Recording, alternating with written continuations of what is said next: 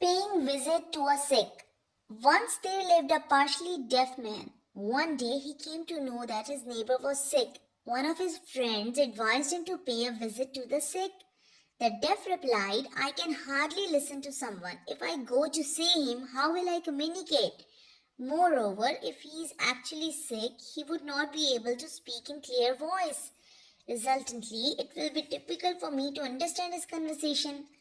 But his friend insisted him to pay a visit, so he went towards his house.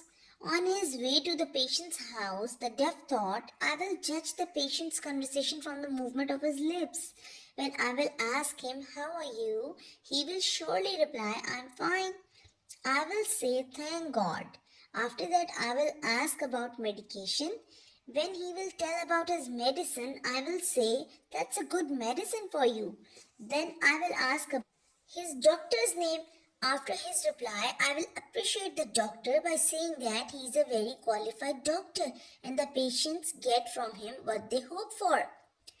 The deaf at last reached to the patient's home and began to ask the same questions one by one. How are you, my friend? He asked. The sick replied, Don't ask, I'm dying.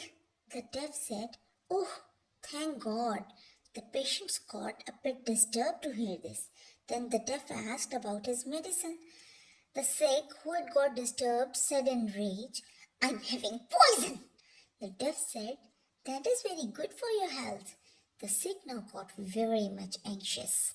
When the deaf asked about the consultant, the sick said, The angel of death is my consultant. Now get out of my house. At this, the deaf said, You should be happy then, as his arrival is considered a blessing. Now the sick thought the deaf was not his well-wisher at all. So, friends, it is not always enough to hear with ears only, but sometimes we should try to hear from our hearts too, and we should not judge others so quickly.